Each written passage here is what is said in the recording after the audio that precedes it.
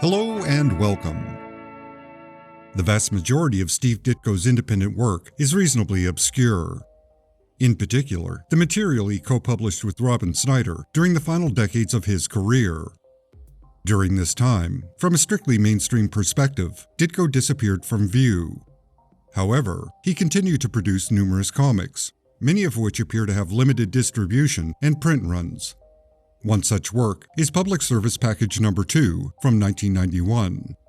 It's 7 short stories and a few illustrations, compiled into one issue of satirical content, all of it focused on the comic book industry. It has moments of brilliance, abstract imagery, and after a certain point, it becomes completely unhinged. As an overall assessment, it's Ditko's view of the comic industry around 1990. Although it's more of a generalized opinion about the business through the years, and not strictly about contemporary times.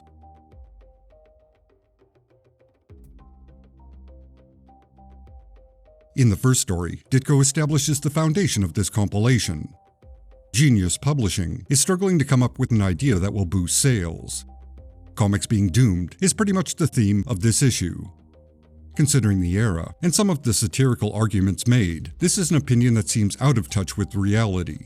Certainly the industry will melt down within a few years, but not for the reasons Ditko explores.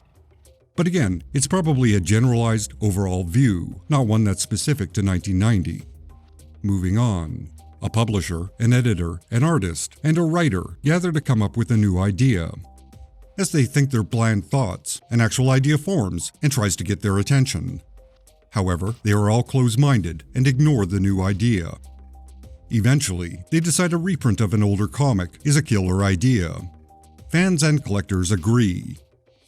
At this point, Ditko is a little bit right and a little bit wrong. Marvel, for example, dug through their catalog and revamped characters like Ghost Rider, Silver Surfer, Deathlock, and Son of Satan. So in spirit, Ditko is right. There was a lack of originality, but not because of older, reprinted material. Being somewhat generous, one could presume Ditko was suggesting these numerous revamps were, in essence, glorified reprints, or that companies were simply repeating themselves and printing work that was previously successful. So that's the overall point.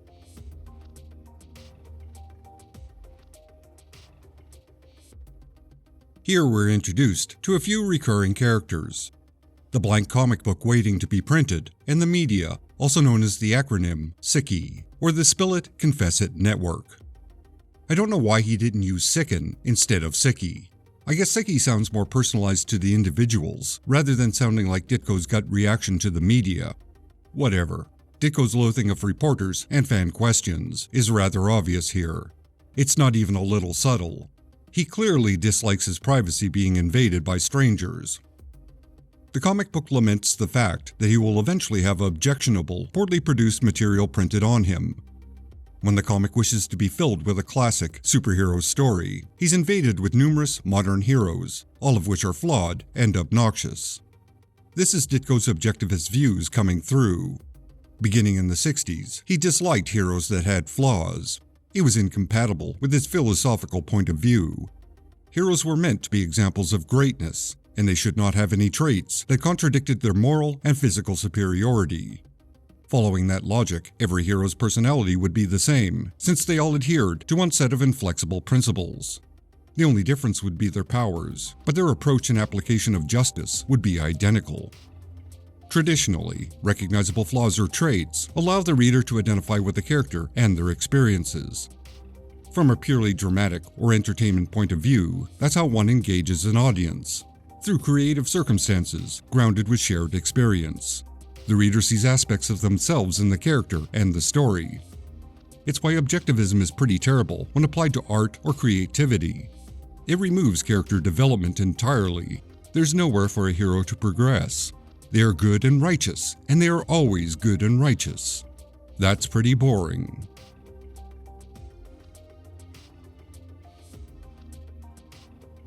This involves the artist trying to come up with an idea. The idea from the first story manages to break through and inspire the artist. In a flurry of activity, the artist commits that idea to a page. Curiously, the character looks a lot like Mr. A. Anyway, the artist gets a huge ego over being a creator. But when he presents his work to the publisher and editor, they tear it apart and turn it into something generic. As the artist falls apart, the final product is shown to the fans, who adore this generic idea. It ends with the artist deciding his next creation is going to avoid originality and just copy an old idea. Again, Ditko isn't being subtle. Original ideas are not welcome at publishing companies, and when they get them, they just edit them into something that's bland. That's probably a reflection of his own experience and a casual observation of contemporary times.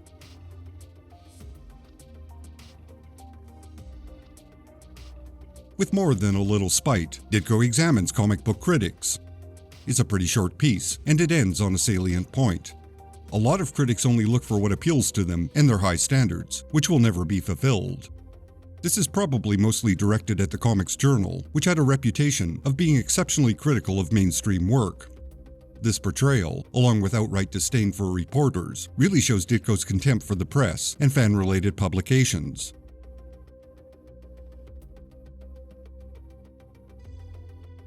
This brief argument between a good idea and a bad idea is the highlight of the comic. The bad idea is exceptionally cynical, especially towards readers in general. But surprisingly, his point of view is not way off the mark. It's just dripping with cynicism. Some people do want stories that are comfort food. The creativity they crave is within a narrow margin of familiarity. This is an observation that is, ultimately, heavily filtered through objectivism. And it ends on a beat that is highly irregular for a Ditko piece. The good idea doubts itself. The good idea becomes corrupt. It's quite unusual for a main Ditko character that represents good to question their beliefs. Considering the story ends on that beat, it implies that evil has actually won, at least temporarily. Again, that's not how most Ditko stories play out. Evil never wins. It can't win unless good allows it. But in this story, the good idea is open to the notion that evil might be right.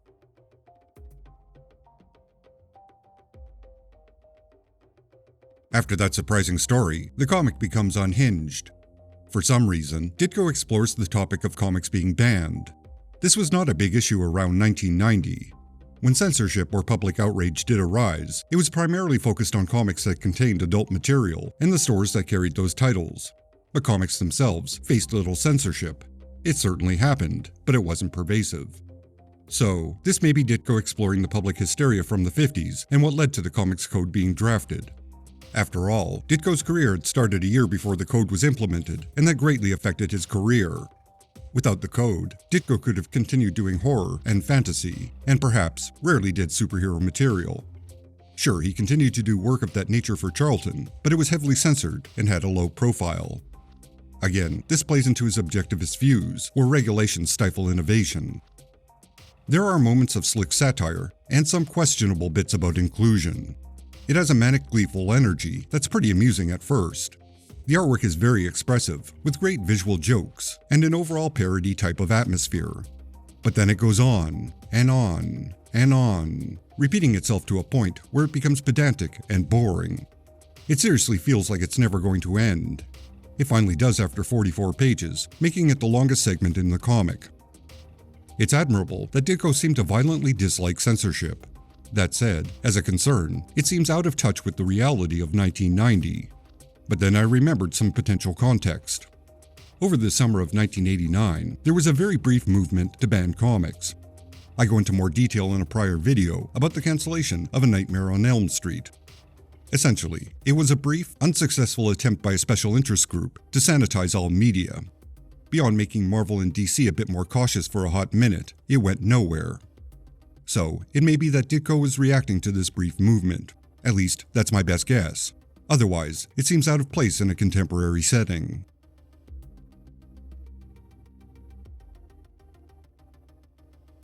We are introduced to Dr. Know-It-All, a medical professional that specializes in analyzing brains used in the comic industry. The doctor runs through various brain types he's identified and concludes that most brains operate on a pretzel pattern. It ends with the doctor sending out an assistant to capture one specific brain type to examine. This person is elusive and resistant to capture. Once captured, it's heavily suggested the person is Ditko himself. The results of the doctor's analysis of Ditko's brain go unrevealed. which is not surprising, since that would require Ditko stepping forward and reveal his own unfiltered point of view. And, as established, he disliked any personal information, even his own opinions, to be publicly consumed.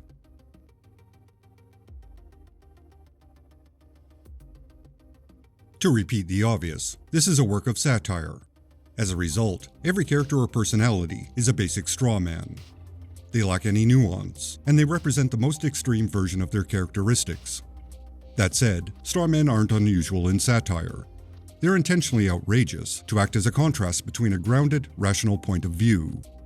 In this case, the struggle of a good, creative idea to simply exist and find acceptance.